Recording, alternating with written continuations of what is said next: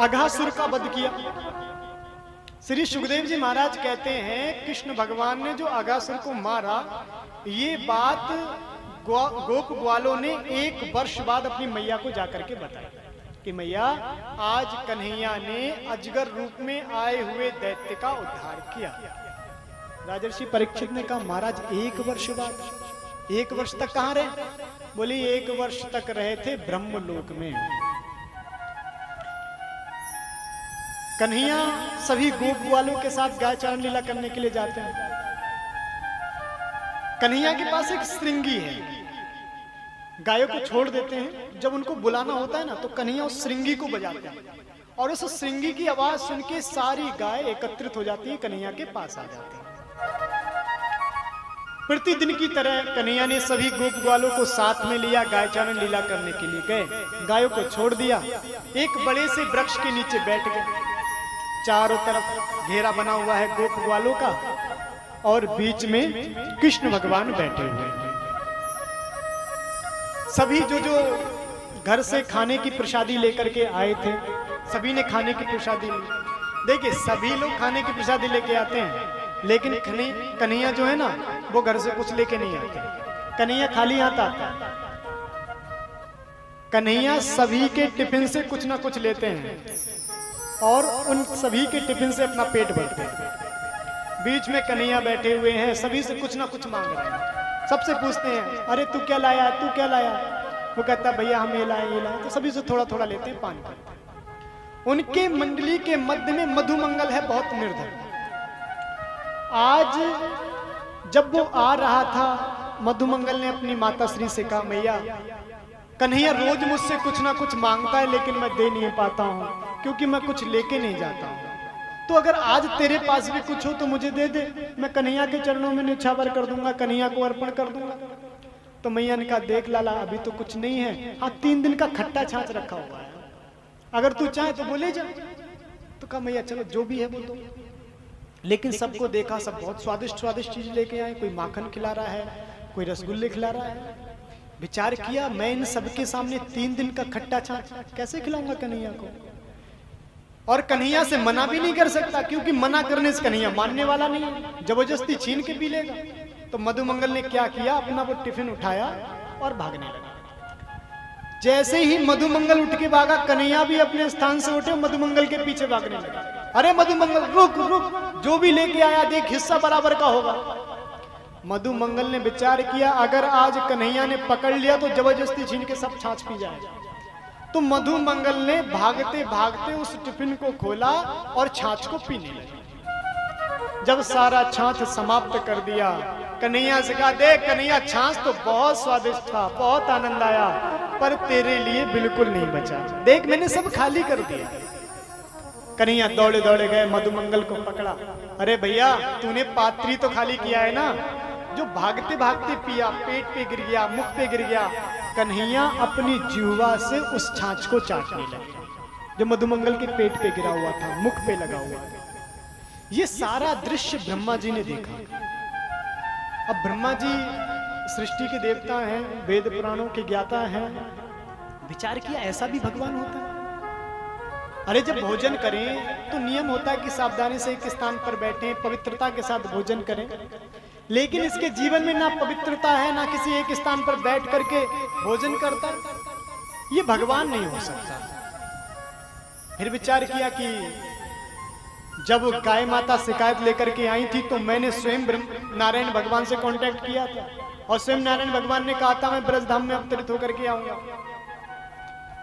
एक खोपड़ी कहती है भगवान हो नहीं सकते, दूसरी खोपड़ी कह रही भगवान ही है। क्या किया जाए, सोचा परीक्षा लेकर के देख लेते हैं। तो परीक्षा कैसे ली, जितनी भी गाय थी ब्रह्मा जी ने उन सब गायों का हरण कर लिया। गोप ग्वालों ने कहा लाला तू छाछी चाटता रह जाएगा या फिर अपनी गायों को भी देखेगा, देख तो गाय एक भी दिखाई नहीं दे रही है। कन्हैया ने कहा जरा आप यहीं ठहरो, मैं जरा देख के आता हूँ गैया कहाँ है। तो जैसे ही थोड़ी दूरी पर गए, ब्रह्मा जी ने उन गोप ग्वालों को भी चुरा लिया। कन्हैया वापस आए, ना गाय मिली ना गोप ग्वाल दिख रहे। विचार किया सब गए कहाँ, और जैसे ही नेत्र बंद करे तो देखा अच्छा ब्रह्मा जी हमारी परीक्षा ले रहे हैं। तो देखो, जो जिस विद्या में पारंगत होता है, अगर उसको उसी विद्या में हराया जाए, परास्त किया जाए, तो ज्यादा वर्चस्व मानता है। जैसे कि कोई व्याकरण बहुत अच्छी जानता हो और उसको अगर व्याकरण के सूत्रों से परास्त किया जाए तो वो बहुत माने कि भैया देखो हमें व्याकरण में परास्त कर दिया। तो ब्रह्मा जी सृष्टि की रचना करते हैं, सृष्टि करता है ब्रह्मा जी। तो विचार किया ब्रह्मा जी सृष्टि करते हैं, अगर हम भी सृष्टि बना दें तो ज्यादा महत्व दिखेगा। तो कन्हैया ने जैसे जो ग्वाल थे उनका स्वरूप धारण किया, जो गाय थी उनके अनुकूल स्वरूप धारण किया, और केवल गाय और गोप ग्वाल ही नहीं, जैसे जैसे उन्होंने वस्त्र पहन रखे थे, जैसे जैसे उनके हाथ में लाठी डंडे थे, सबका स्वरूप धारण किया कन्हैया ने।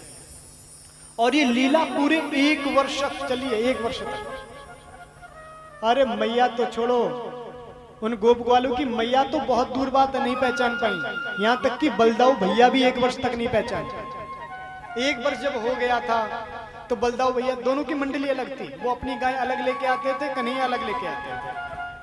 तो जब बलदाऊ भैया अपनी गाय लेकर के आ रहे थे जंगल में, अचानक से जब उनकी दृष्टि उन बछड़ों पर पड़ी, सब में कृष्ण भगवान विद्यमान है, तो वो गाय अपनी सुध भूल गई, उन बछड़ों के पास दौड़ी है जो बड़े हो गए थे, दूध पीना छोड़ दिया था जिन्होंने, आज गाय उनको भी दूध पिलाने लगी।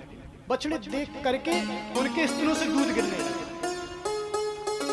बलदाऊ भैया को बड़ा क्रोध आया, करीब सब गाय भाग के चली गई, और जैसे ही मारने के लिए गए और देखा कि महाराज सब में कृष्ण ही कृष्ण दर्शन हो रहे हैं।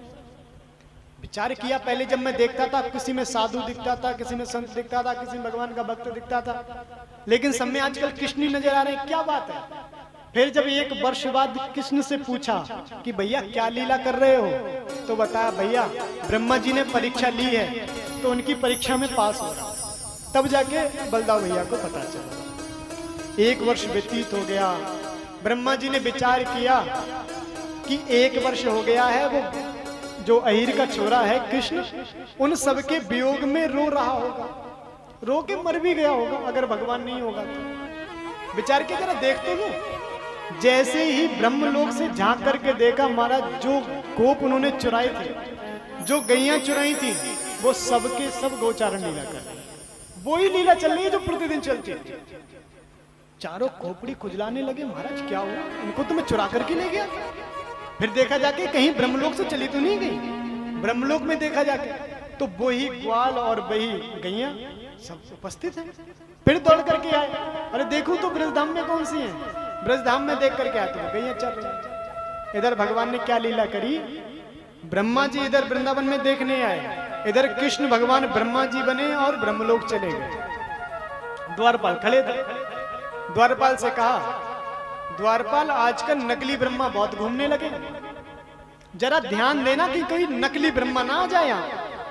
सो भगवान ऐसा कह करके ब्रह्मलोक में चले गए। इधर ब्रह्मा जी अपनी चारों खोपड़ी खुजलाते हुए आए, द्वार पे द्वारपाल रोक लिया, कहाँ जा रहे हो? बोले कहाँ जा रहे हैं, आप हमें भूल गए क्या, हम आपके स्वामी हैं, ब्रह्मा नाम है हमारा। बोले हो गए ब्रह्मा, हमारे स्वामी ने हमें सब बता दिया है, अगर हमारे स्वामी हमें अवगत ना कराते तो आपने स्वरूप तो बिल्कुल हमारे स्वामी जैसा रखा हुआ है, लेकिन हम पहचान गए, आप कोई असली ब्रह्मा नहीं हो, नकली ब्रह्मा हो। बहुत समझाया, भैया हम ही असली ब्रह्मा है, हमें अंदर जाने दो, लेकिन द्वारपाल ने अंदर नहीं जाने दिया। कहा भैया ठीक है हम नकली ही सही, लेकिन आप अपने असली ब्रह्मा जी के तो दर्शन करा दो। तो कहा अब आयो लाइन पे पहले ही बता देते। तो जैसे ही अंदर गए, जो कृष्ण भगवान ब्रह्मा जी बने हुए थे अंतर ध्यान हो गया। अब ब्रह्मा जी को ध्यान आया, अपनी गलती का अफसोस। अब भैया एक पिता अपने पुत्र की तो परीक्षा ले सकता है, हक है उसे, लेकिन पुत्र में इतना कहां सामर्थ्य हुआ कि अपने पिता की परीक्षा ले ले। ब्रह्मा जी विचार करने लगे, भैया मैं इनसे उत्पन्न हुआ हूं, मेरे पिता हैं और मैंने इनकी परीक्षा ले ली। ब्रह्मा जी आए ब्रजधाम और 40 श्लोकों में बड़ी ही सुंदर स्तुति गाई, 40 श्लोकों में स्तुति गाई, लेकिन कृष्ण भगवान प्रसन्न नहीं हुए। क्यों? देखिए यहाँ बड़ा ही विचार आप आगे की कथा में श्रवण करेंगे। जब देवराज इंद्र समस्त ब्रज को डुबाने के लिए प्रलयकालीन वर्षा करते हैं। 7 दिन तक वर्षा करी, सबको मारना चाहते हैं इस भाव से। उसके बाद ब्रह्मा उस वर्षा से नारायण ने रक्षा करी। फिर जब क्षमा याचना के लिए आया है इंद्र, तो केवल 10 श्लोकों में स्तुति करी, भगवान प्रसन्न हो गए। लेकिन यहां पर ब्रह्मा जी ने 40 श्लोकों में स्तुति गाई, कृष्ण भगवान प्रसन्न नहीं हुए। ब्रह्मा जी तो केवल चुरा कर ही ले गए थे, इंद्र ने तो मारने का प्रयास किया। मानो भगवान ने कहा, भले ही इंद्र ने मारने का प्रयास किया हो, लेकिन 7 दिन तक सभी गोप ग्वाल मेरे साथ रहे, मेरी गाय आदि मेरे साथ रही, उनका सानिध्य 7 दिन तक प्राप्त रहा।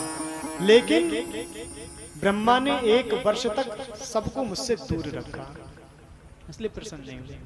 बहुत सबकी स्तुति करी है, उन्होंने सोचा कि चलो इनकी स्तुति कर रहे हैं, ये प्रसन्न नहीं हो रहे हैं, तो ऐसा करते हैं गोप गोपियों की स्तुति करते हैं, उनकी तारीफ करते हैं, तो क्या प्रसन्न हो जाए। कहा महाराज, इन गोपियों ने आपके ऊपर बहुत ऋण चढ़ा दिया है, आप कैसे ऋण होगे इनके ऋण से। तो कहा इनको हम अपने बैकुंठ धाम भेज देंगे। बोले बैकुंठ धाम तो आपने पूतना को भी भेज दिया था, ये जो राक्षस थे उन राक्षसों को भी बैकुंठ धाम भेज दिया था, तो अगर इन गोपियों को भी बैकुंठ धाम भेज दोगे, कौन सा बड़ा पद दे दोगे। तो कहा आप ही बताओ क्या करूं। बोले इन गोपियों के इतने उपकार आपके ऊपर लदे हुए हैं, आप चाहो अपना बैकुंठ धाम दे करके इनके ऋण से ऋण हो जाओ, संभव नहीं, आपको स्वयं हाथ जोड़ करके पूछना पड़ेगा, आप ही बताओ हम आपके ऋण से ऋण कैसे हो सकते हैं। लेकिन भगवान प्रसन्न नहीं हुए, ब्रह्मा जी वापस चले गए।